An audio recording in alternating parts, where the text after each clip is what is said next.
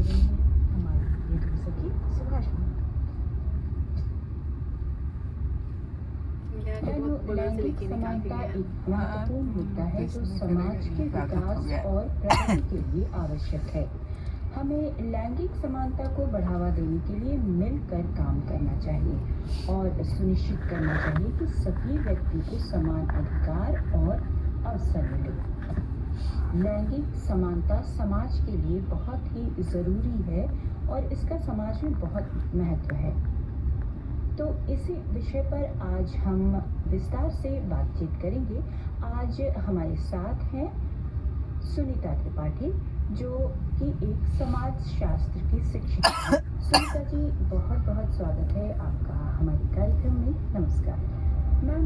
लैंगिक समानता की बात जब आती है तो हमारे जहन में ये विचार आता है कि ऐसा घट रहा है समाज में, कुछ ऐसा हो रहा है जो नहीं होना चाहिए महिलाओं के साथ।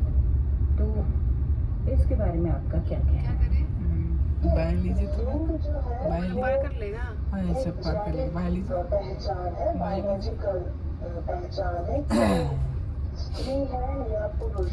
इसका कहीं बाएं से कोई चलिए, उधर से गाड़ी पार कर रहे हैं। समाज में कोई एक ऐसा कॉन्सेप्ट बाएं नहीं चलिए, है कि उधर आप बाएं से इसको चलिए। कहें कि काम करने से कोई आपके व्यवहार से, आपके चरित्र से, तो जो स्त्री और पुरुष जो है ये दो पहचाने, मानवीय पहचान है कि एक समाज में जैसे लिंग, एक समाज में जो सभी निवास करते हैं उसमें स्त्री भी है पुरुष भी है, और ये लिंग जो है वो मनुष्यों में भी होता है और पशुओं में भी होता है। तो इससे किसी की ऐसा आप नहीं उपेक्षा कर सकते कि कोई लिंग जो है वो सामाजिक तौर पर या फिर जैविक तौर पर जीवित, उसमें कोई वो हायरार्की है, कोई विशिष्टता है, वो एक बहुत प्राकृतिक उसकी पहचान है।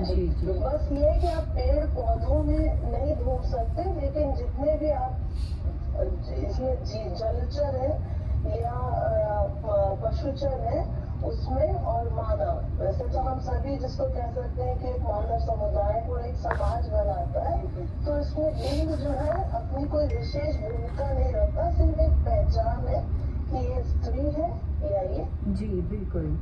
तो जब घर में बालिका या बालक का जन्म होता है तो हम ये क्यों स्वीकार नहीं कर पाते हैं कि इनमें भेदभाव नहीं रखना है, जो भी होगा एक स्वस्थ बच्चा होगा, उनमें भेदभाव नहीं करना है।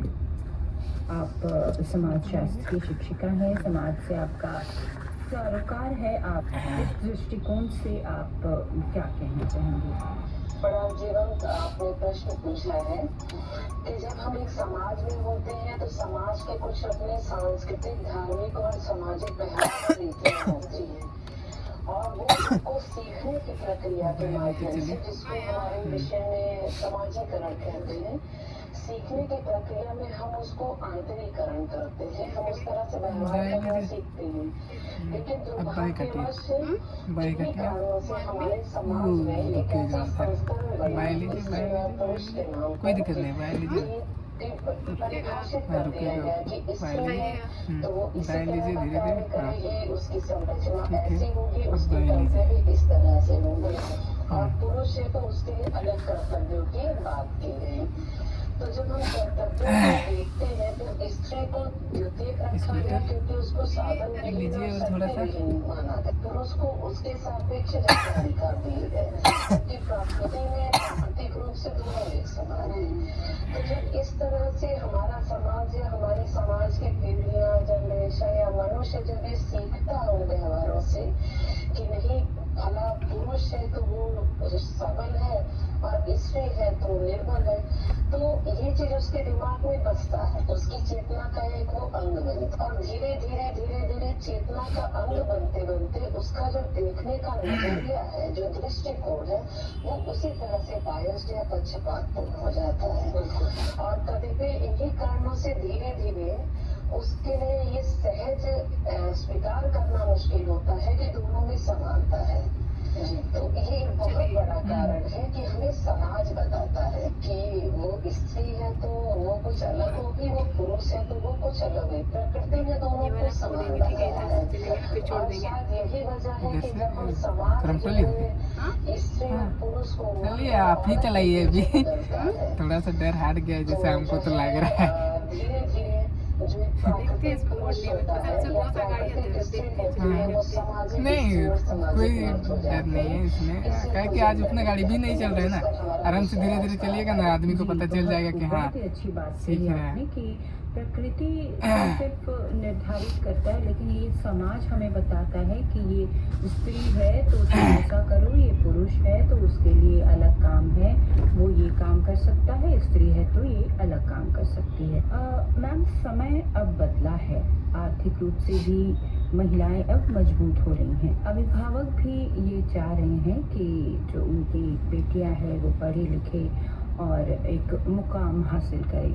लेकिन एक बात कहते हैं ना कि आज भी स्त्री काम से लौटती है तो वो काम पर ही जाती है। तो जब हम समानता की बात करते हैं, लैंगिक समानता की बात करते हैं, तो इसे समाज में बढ़ावा देने के लिए या इसे समाज में लाने के लिए हमें क्या करना चाहिए?